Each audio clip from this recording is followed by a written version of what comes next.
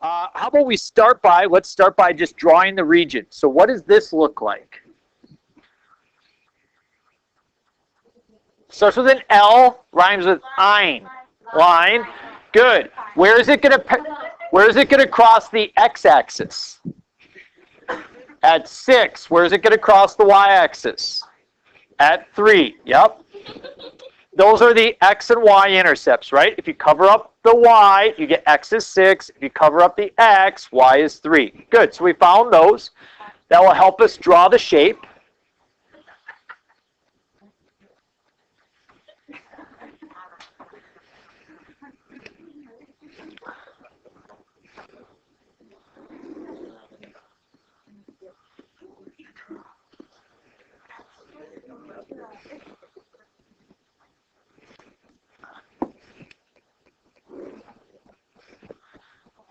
So that's the line. We're going to bound it by x equals 0, which is the y-axis. So I have the y-axis as a boundary. I have this line as a boundary. And then what else is a boundary? What is y equals 1? Horizontal line through 1. Does everybody see the region that I'm going to rotate? It's this part right here. I will shade it in yellow. And that's why on your assignments, I've started to put all the graphs. So a few years ago, there were no graphs. People just had to try to come up with the area or the region on their own. I tried to give you that to help you out so you can see it. Where are we rotating it around? We're rotating around y equals -2. So we're rotating it around this.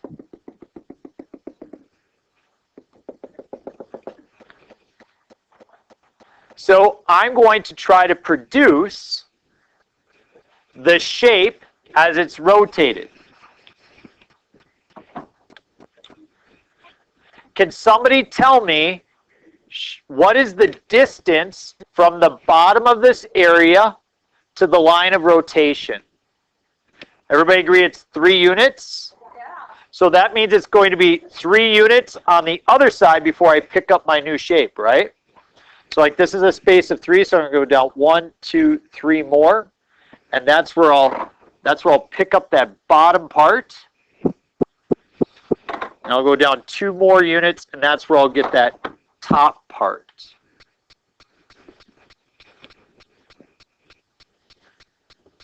So as I rotate the yellow shape around, I'm going to get this spot right here. Everybody agree? Yeah, there's a large gap here, isn't there? I mean, it's significant, right? Okay. Hi, welcome. Thank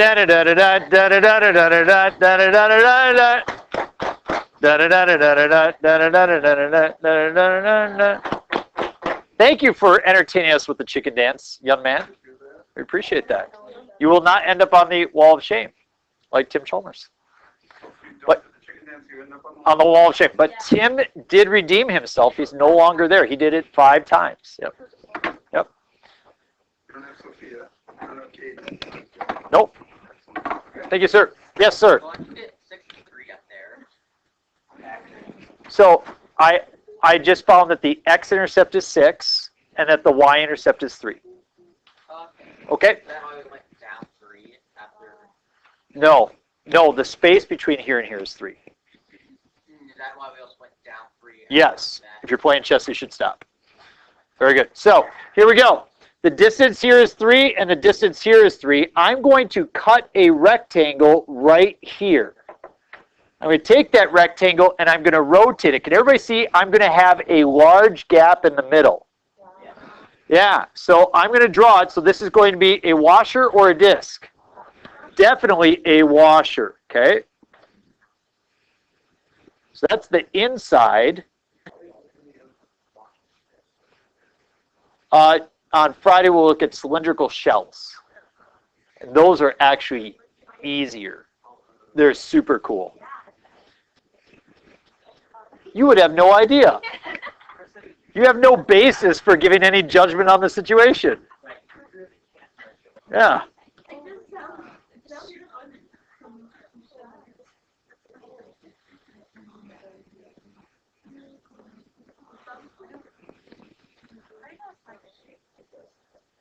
So, okay, you said how do you know which side to shade? To give it the depth, I always shade the inside of the inside and the outside of the outside.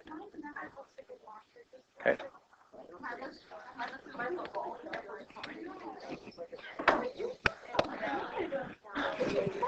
Shh. Okay, we've set up the problem. My question to you is, do you see why we chose the original area? And do you see that we get a washer? Okay, now let the real calculus begin. Okay, the calculus that begins is I like to set my washer over on this side. And this is consistent with the type of work that they really do appreciate when you're taking the AP exam. Okay, something we want to do. Which, by the way, just food for thought. So let's go right down the middle here. Okay, what is that middle part? Excellent. Let's not just say -2, but rather y equals -2. Awesome.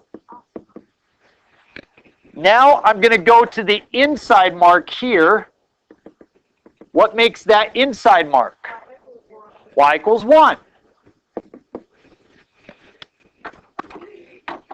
And what makes the top mark? X plus 2y equals 6. Good. We see we've got a little work to do there, right? I can see you refrain from putting in y equals form, right? Good job. So is this dx or dy? Dx.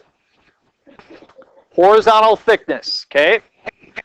So I know my formula for horizontal width, or for a washer. It is pi times big R squared minus little r squared dx. So really you just have 3 formulas for area, top minus bottom, or right minus left, right? If it's disk, then it's pi r squared dx, which is what we just did in our checkpoint. The third formula is this guy right here, okay? All right, so we need to find the radius. What is the small radius right here? It's +3. Because you do top minus, and what's 1 minus -2? 3. See that? This distance will always be 3 units. So we have little r is 3. Now, since it's x, that means all the variables have to be y equals with an x. So I need to solve for y, don't I?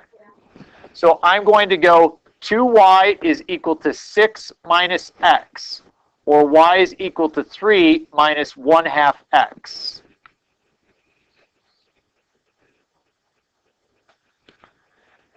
So I do top minus bottom. And what is 3 minus x over 2 minus -2? 3 minus a -2? 5. So the big radius is 5 minus x over 2. Whoop, getting ahead of myself, sorry.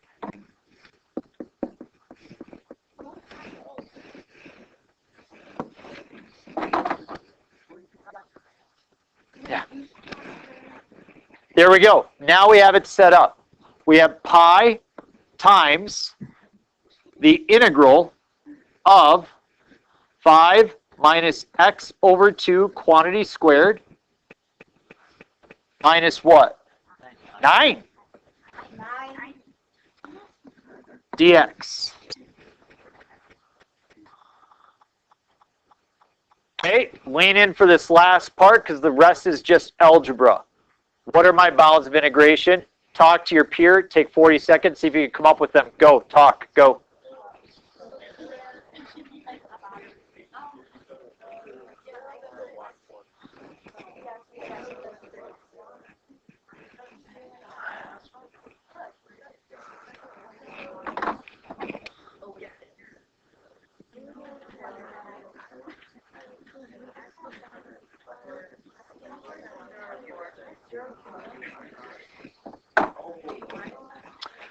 Five, 4, 3, 2, 1. Please look up here when you're determining your bounds of integration. First of all, you use the dx. So this means you're looking at x values for your bounds of integration. Okay?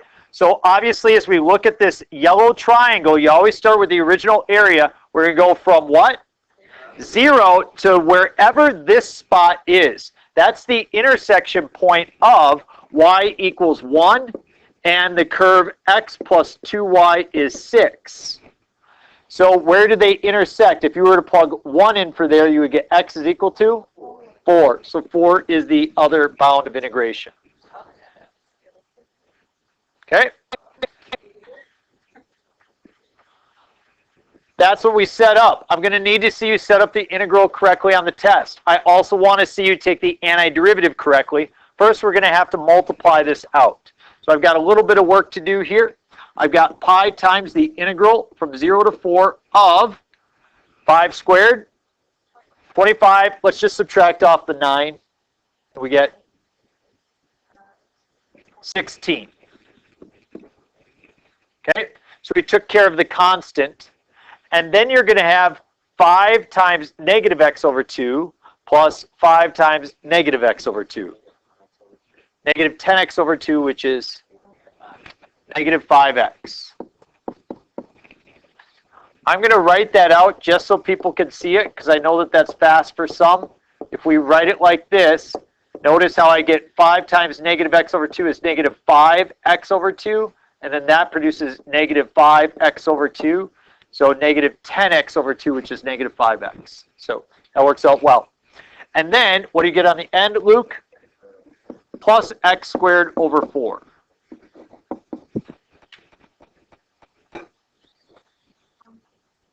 All right, let's integrate. Antiderivative. 16x 5x squared over 2 plus, very good, x cubed over 12.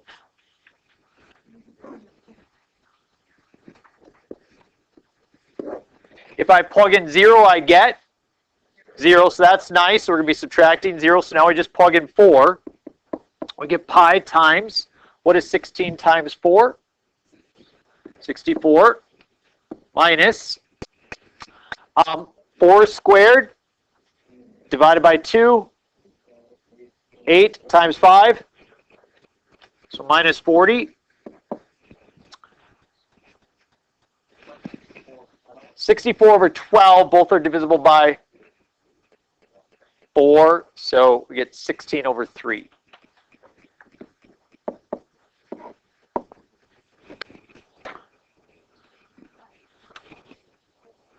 (64 minus 40) 24. So pi times 24 plus 16 thirds. A lot of people would go to their calculator at this point, but I'm pretty confident with 24 times 3. I happen to know it's 72.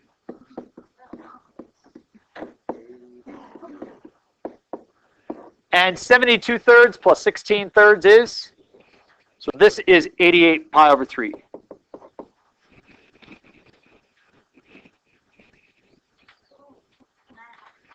That's that exact volume. Now, if I could pause for just a second here, as that's the only example we'll do today. Can you tell me, in what class did you learn about intersection between lines? It was algebra, yep. In what class did you learn about washers? Did you not talk about washers in geometry? Okay, in what class did you learn about circles? Geometry, right? Okay. Now, we didn't do it here, but in what class did you learn about graphing parabolas? Algebra 1 and Algebra 2, right? In what class did you learn about graphing sine and cosine? Pre-calc, trigonometry. In what class did you learn about taking antiderivatives? Calculus. You can look at this problem, and I've done this before, where I carry this out for all of our math instructors here at the high school, and I have every step. I say, now tell me when you do this in your class. And they'll tend to list out, 2-3 times during the year where they do that. And by the time we get to the end, they're like, these problems really envelop just about all of the math that we've really done. Like it all pulls it all together, which to me is what makes it just beautiful. And then they come up with an answer like this. But you go home and you show this type of example to your parents, they're going to think you're like the smartest person on the planet. Like, doesn't that look impressive? Like, you guys understand, after this pre-calculus walks in here, and I show you guys this screen, like you guys look at this screen, you're like, oh, can we please, right? Right? Yeah. Like I show them this, they're like, what is that? You know what I mean? They're like, what? What? But all of a sudden, I mean, so just pause for a moment and remember that once upon a time, you were doing this, x squared minus 9 over x plus 3, and you were simplifying. And there was actually a point where sometimes you're like, oh, this is tough. Can you think and appreciate how much you have learned in your 4 or 5 years? You're pretty smart. Good job. Tell you what, I'll give you a full day tomorrow to work on your homework for this. Yay! I actually got it on my